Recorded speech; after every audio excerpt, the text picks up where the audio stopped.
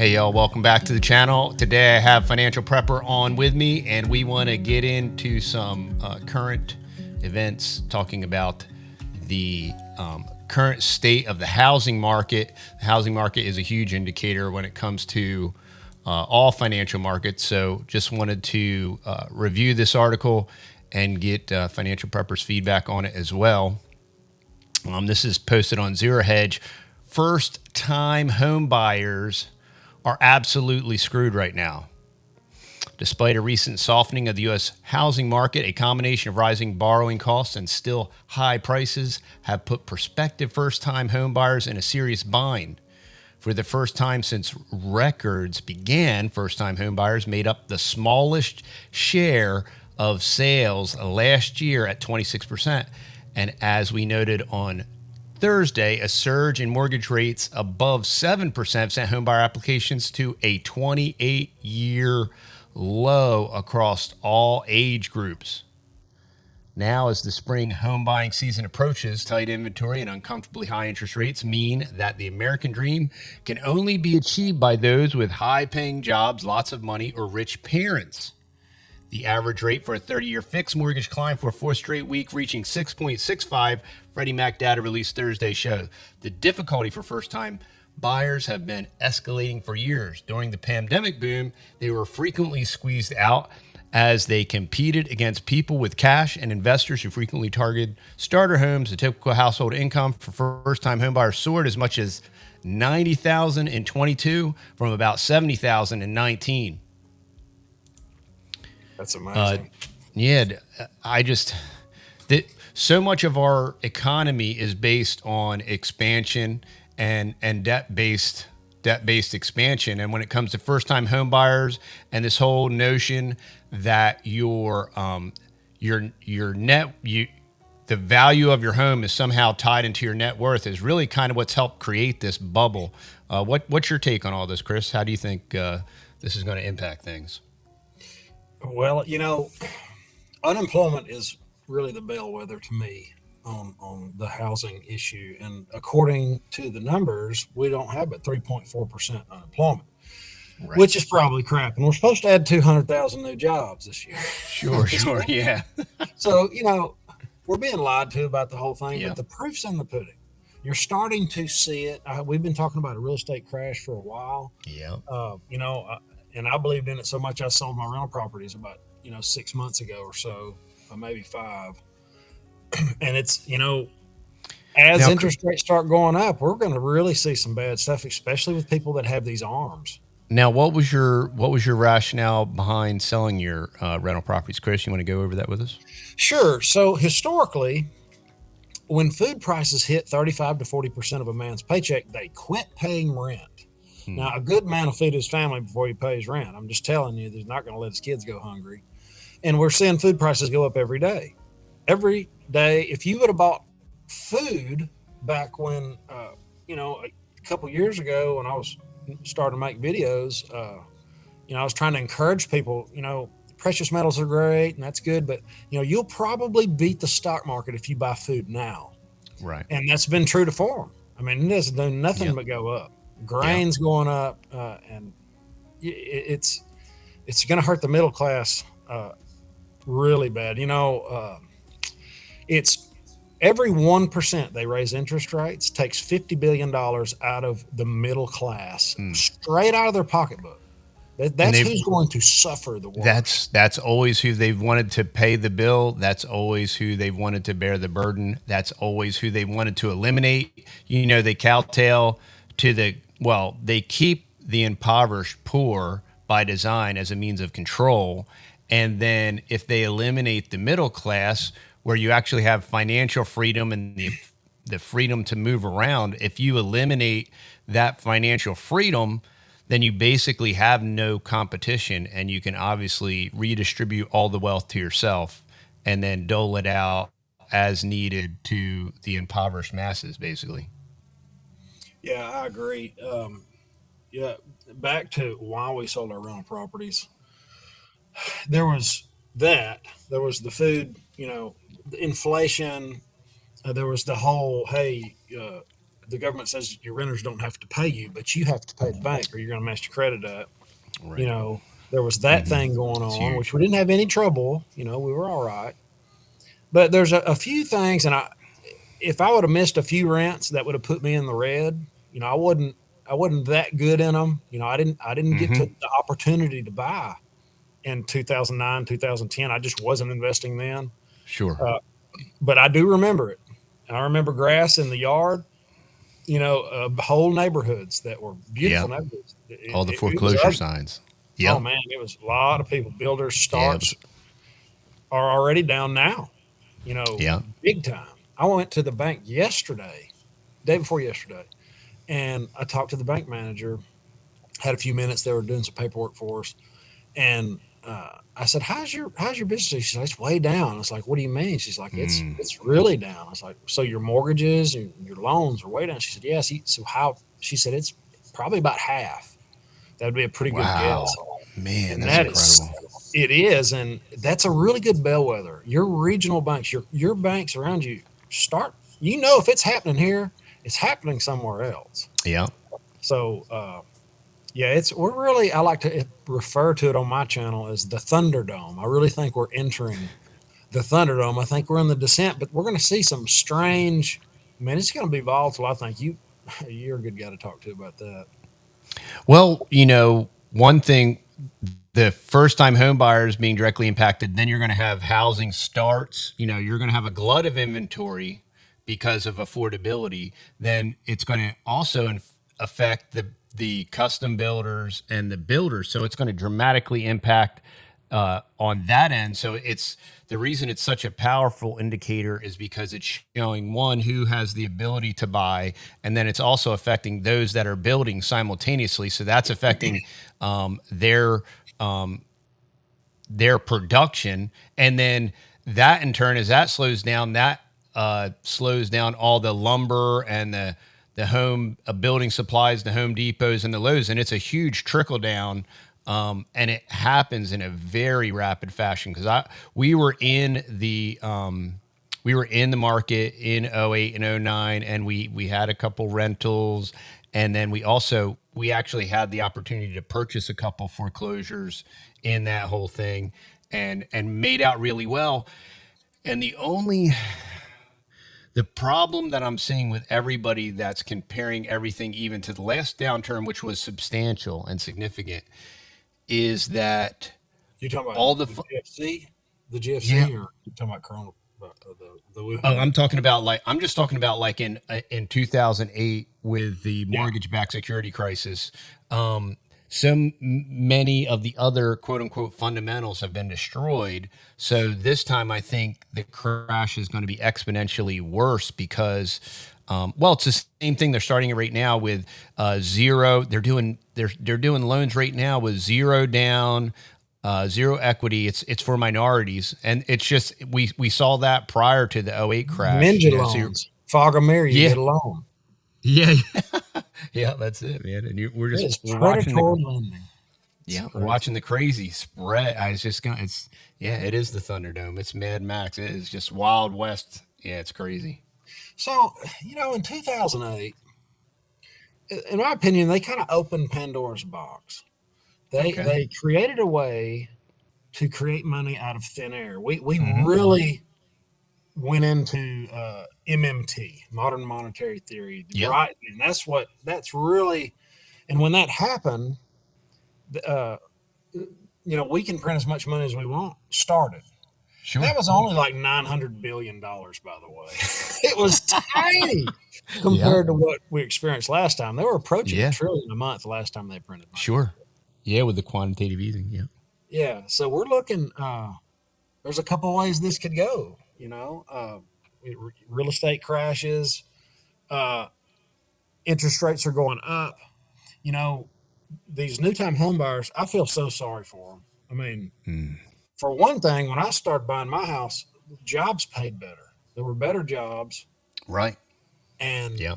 and and now you've got those higher interest rates, and that's going to be a pretty big, just a gut punch in itself to the market. And you know, and that goes going back to me selling my rental properties.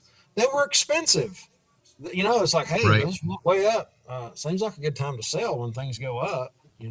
Yeah. So, and you know, it's a sad situation for first time home buyers. It really is. I Well, feel. the other thing we have is we have this overinflated real estate market that is it's from people relocating and people moving around. It's from this gigantic glut of cash that keeps getting infused in and stacked up. It's got to go somewhere. So people are putting it in hard assets and different things.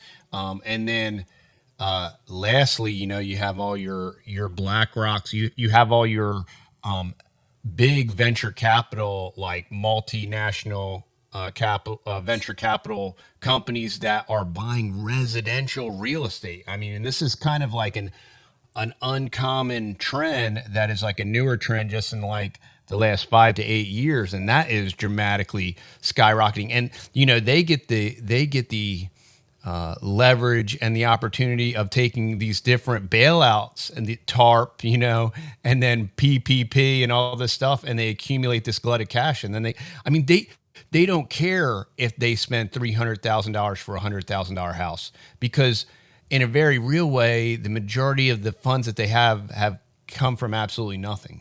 So they're perfectly fine with overspending because it didn't cost them anything to get it anyway.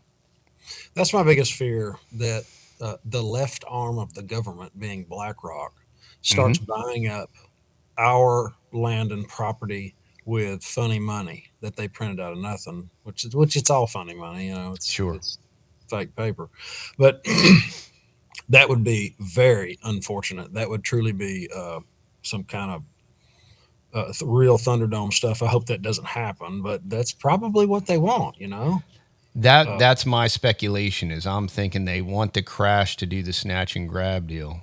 But I mean, I hope that's not the case. I would everybody, because then at least we get to participate in a correction and maybe get to grab some, deals on the back end. Because I mean, that's the way markets are supposed to work. Markets are supposed to expand and contract, and if you properly manage yourself on the upside, you can pick up on the downside. When a correction takes place. That's the way it used to be, anyway. Yeah, well, yeah, that's what it used to be. And if they don't bail them out, you know, which you're not supposed to do that when we're doing all this tightening, right? Yeah. You can't raise interest rates and print money at the same time, can you? Right. Right.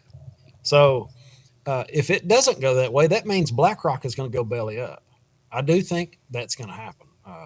If you know you can't outguess the Fed. I've been wrong for a long time. Yeah. They've pushed the can way down the road further than I thought they could. Me too. But Yeah. we might actually see BlackRock fail. Can that sounds crazy, doesn't it?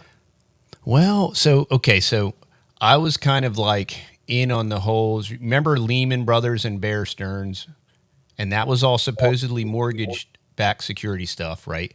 And now Lehman and Bears, they were both bond. They were both largely bond portfolios, and I actually had a client in a had a check writing money market, had $600,000 in a check writing money market, and they froze that money market.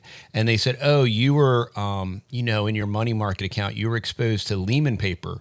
Now, and I've read some different things. Basically, Lehman played ball. I forget which one got thrown under the bus, but one played ball and the other one got liquidated. I always confuse Lehman and Bear Stearns, but that's Yeah, what happened back then. And it makes you want the only way I see like a BlackRock going belly up is if they're refusing to play the game. You know what I mean? Because if you play the game, all of a sudden you find these assets somewhere. Like, oh, this is amazing! I just found $3 trillion over here. Problem solved. right. Yeah. Well, just the other day, Blackstone, not to be confused with BlackRock, they were once the same, and then they split, and now they're only like a block apart in Manhattan. Yeah. Anyway, Okay. Blackstone covers the private sector, not the retail side, and institutional investor. Yep. Okay. Got you. Yep. Yep. They cover the institutional investor side. People's, I forget how much of uh, retirement funds and all that was involved with them. But they, not too long ago, a month or maybe 3 months ago, they were selling some casinos in Las Vegas at a loss, a big Really? loss. Wow. Yeah. So, and they told their clients that they couldn't pull out their money. If you're part of the institutional side, uh, you don't have that. You can't just go sell real quick. The REITs is what they're into. Yep. Real estate investment trust. Yeah. And so they're already halting funds, and so I And you're don't know. liquidating casinos because they're the absolutely tip of the spear when it comes to people tightening discretionary spending. Obviously, they're going to stop. Hopefully, they're going to stop gambling unless they're trying to. That's their strategy to pay their mortgage or whatever. But yeah, I see this as a very dire indicator of what is coming.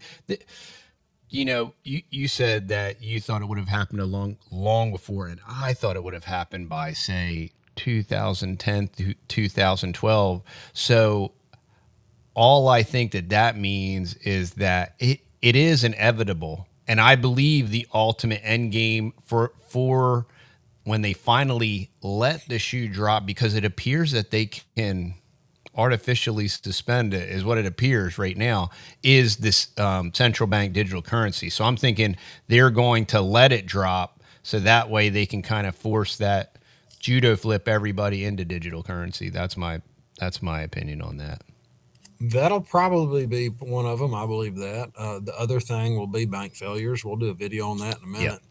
Okay. But that's another.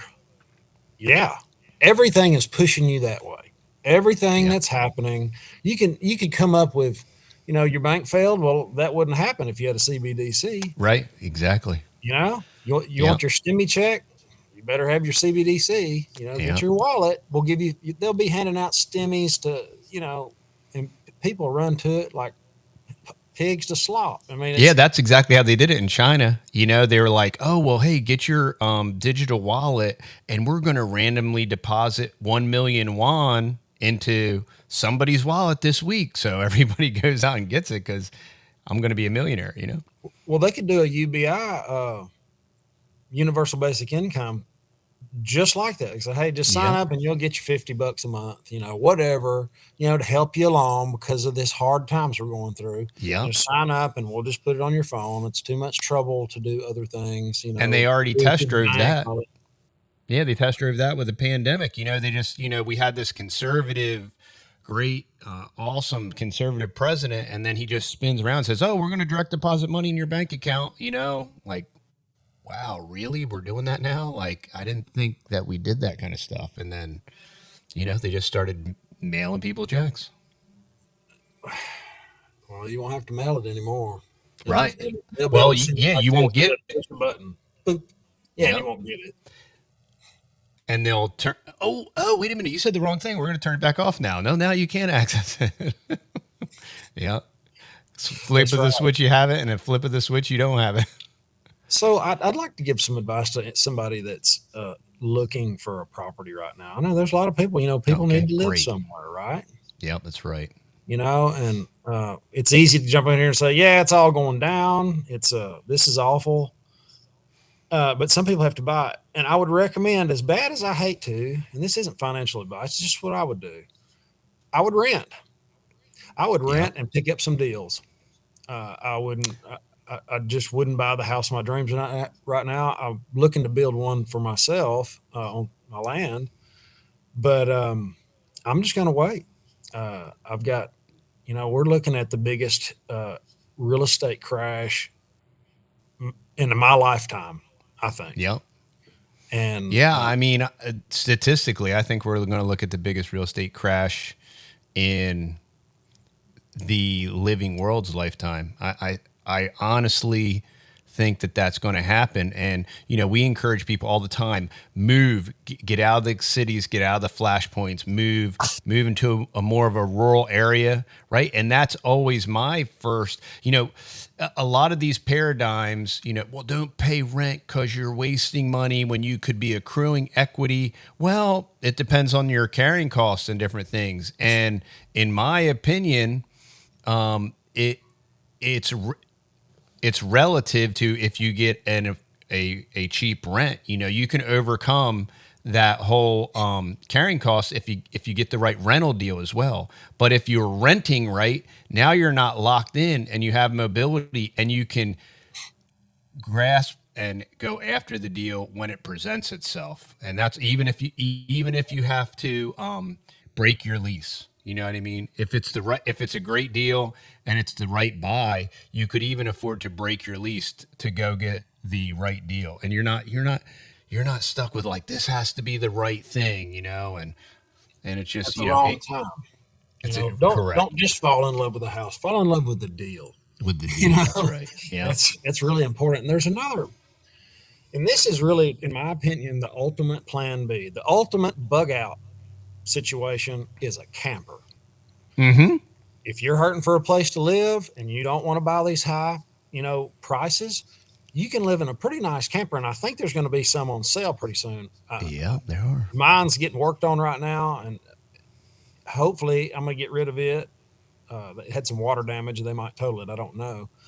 I'm going to wait, and then I'm going to buy a camper because people are going to start. They already are. They're starting to lose that stuff. Yep, they're going to liquidate or get repossessed. Yeah, that's right. And you don't get to choose what you get liquidated on. You don't get to choose what you get to keep when you're out of money. That's what really blows my mind because I hadn't really had to do that. Maybe a little bit. But I've seen people really have to get rid of some of their prized possessions because that's all they had. Yeah. And campers, just to me, aren't a prized possession. I think that's going to be one of the first frivolous things they could cut. So you could hook up to that thing, pull it close to where you want to be, and look for a house out of the camper. I did that when I first started my welding business. I went to the work and then we would drive around and look for a nice place. And I finally found one. Great advice. Yeah. Yeah. So that could really, really help somebody. I just don't want to see anybody buy at the top of the market. And nope.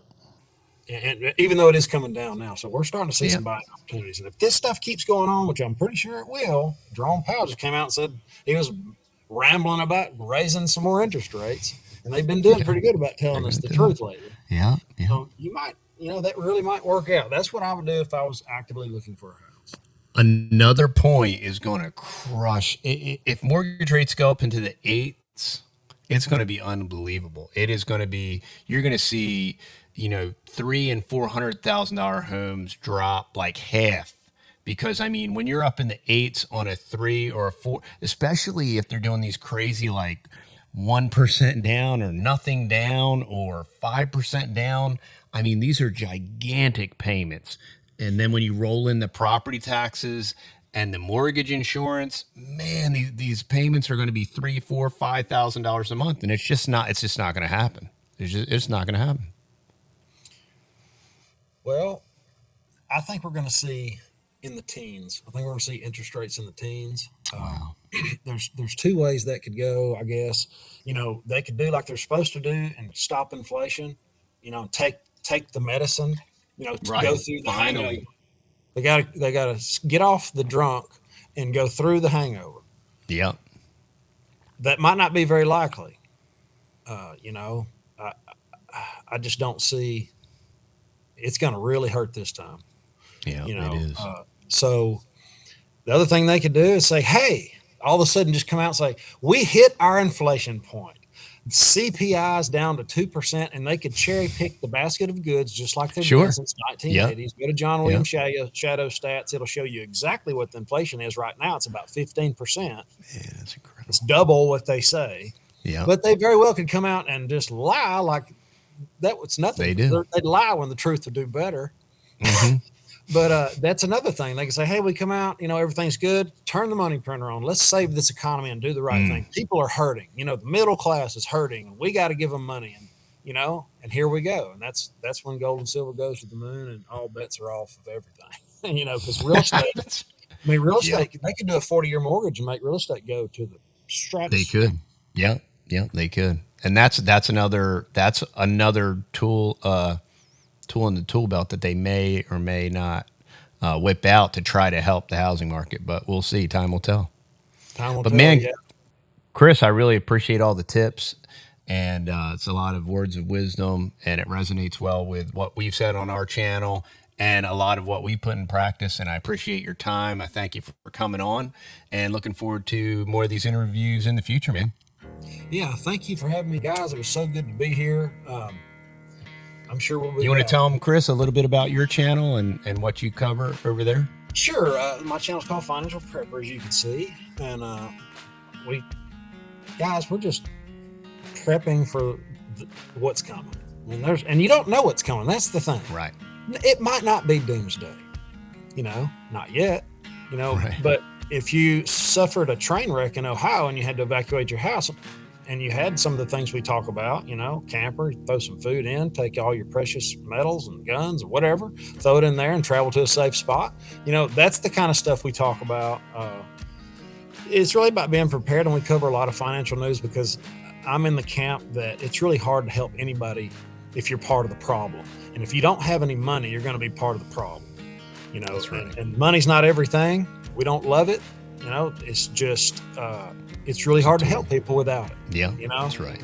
And we'll try to pay attention to banks and what they're doing. And my wife's a real estate agent. She's a broker for Miles Franklin Precious Metals, and we're kind of right in the middle and just trying to pay attention and get that out to the audience. And it's been a real blessing. I tell you the truth about the channel. Probably the best thing about it is the community, the people in the comments. It is salt of the earth, the best people. I mean, just they're wise, they're smart, they're there to help. They're creating ties with each other. Hey, I live here too. Hey, you're my neighbor. And I love to make a video and then somebody in Canada meet somebody else that was like-minded, like me and you. Yeah. We've seen each other on YouTube. The first time we talked, it's like we were long lost buddies. That's right. Yeah. And So it's funny that's because I met one of my subscribers in real life, in real time, and I was asking him about silver, and he said, "Hey, you should check out Financial Prepper." And that's actually how I found out about your channel, was from one of my subscribers that I was talking to face to face. And it's just cool. It's neat. It's a great community, and it's been awesome getting to sync up. I agree, man. Well, thank you for coming on. All right. Thanks, Chris.